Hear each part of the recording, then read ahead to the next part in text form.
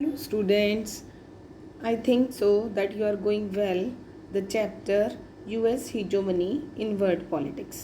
Students, हम पढ़ रहे हैं विश्व के अंदर अमेरिका का प्रभुत्व, कंट्रोल, डोमिनेशन और सारी पावर्स को अपने में संभालना।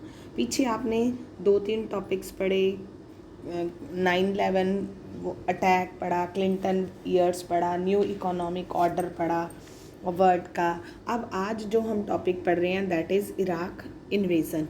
इराक पर किस प्रकार से आक्रमण हुआ था या कैसे इराक पर आक्रमण किया गया था।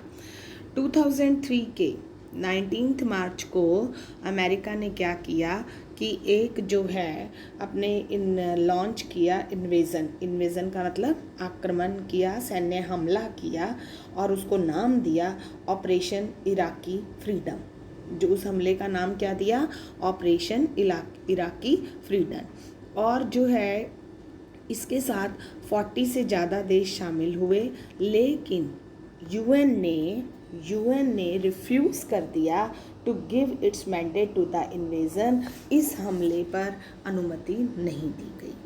और वैसे शब्दों में या दिखावे के लिए या इसका जो पर्पस था वो यह था कि इराक को ऐसे हथियार बनाने से रोका जाए और इसलिए उसके आर्म्स एंड एम्यूनिशन को ख़त्म करने के लिए इराक पर हमला किया।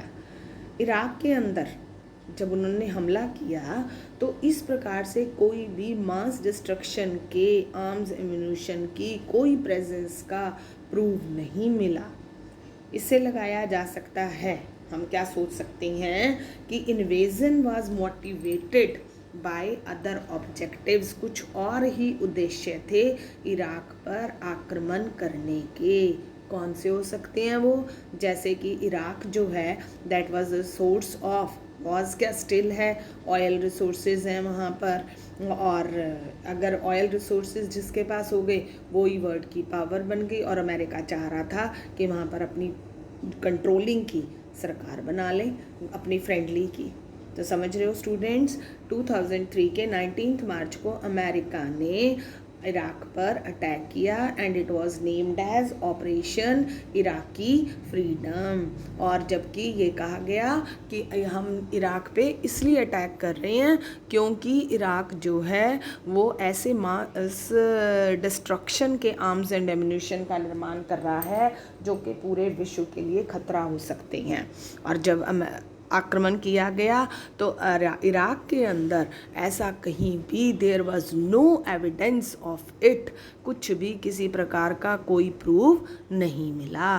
तो विश्व के बाकी इंटेलेक्चुअल पीपल्स ने, देशों ने, यूएन ने ये अनुमान लगाया this attack was not for that, arms ammunition के डिस्ट्रक्शन के लिए नहीं था, it was for some other objectives also. Saddam Hussein की जो सरकार थी वो तो थोड़े दिनों में ख़त्म हो गई, लेकिन अमेरिका जिस दृष्टि से, जिस व्यू से उसने अटैक किया था किस पे, इराक पे, उसको शांत करने में कायम ना हो सका। अब इराक में अमेरिका के खिलाफ एक बहुत बड़ा विद्रोह भड़क गया। अमेरिका के जो 3000 सैनिक थे वो उनकी डेथ हुई। और जबकि इराक में तो कोई एक्स्ट्रा ऑर्डिनरी संख्या में मारे गए हैं।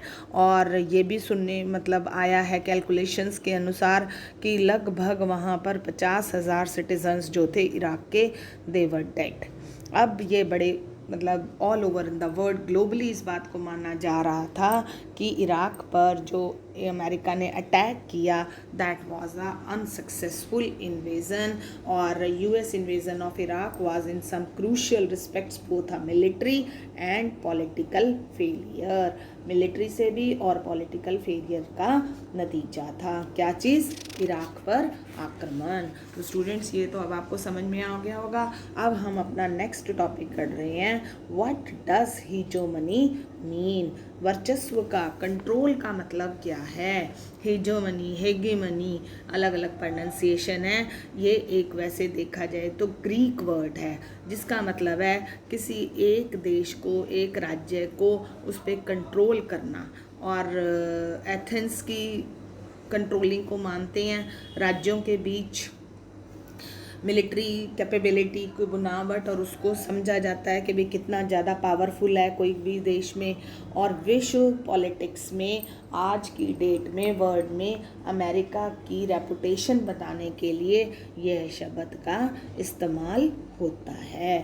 अमेरिका की जो लेटेस्ट पोजीशन है उसकी सबसे बड़ी जो हम कहते हैं बार बार कि कंट्रोल है अमेरिका का वर्ल्ड में, सुपर पावर है, तो उसकी डिस्क्रिप्शन हम इस प्रकार से कर सकते हैं कि वहाँ का जो मिलिट्री सिस्टम है दैट इज़ वेरी पावरफुल। और उसको बताया भी गया, एक्सप्लेन भी किया गया उन्होंने, और उसको कहा गया है कि ये अलग है, बिल्कुल टोटली अलग सिस्टम है। और वो किस में है कि कहीं भी in the whole world it can जो है कहीं भी अपने पूरे वर्ल्ड के अंदर अपना निशाना लगा सकता है, और सही समय पर एग्जैक्ट टाइम में, और बिल्कुल ऐसा निशाना जो कि चुके ना, और साथ साथ बड़ा हानिकारक घातवार करने की इसके अंदर क्षमता है। अब इसकी जो सैन्य शक्ति है अपनी जगह है, लेकिन इसके साथ साथ कई और भी पॉइंट्स हैं जो कि अमेरिका की शक्ति की तुलना करने के लिए हेजेमनी ऑफ अमेरिका के बराबर भी नहीं है, पासंग भी नहीं है।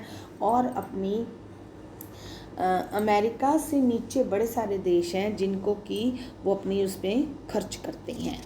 क्या खर्च करते हैं? अपना पैसा किस चीज़ पर? इसी सिस्टम पर कि भी अपने आप में पावरफुल बन जाए। अब we can identify 3 very different understandings of what hegemony. वाकई जो है कंट्रोल क्या है, इसको हम 3 पावर्स में, 3 टाइप्स में पढ़ेंगे।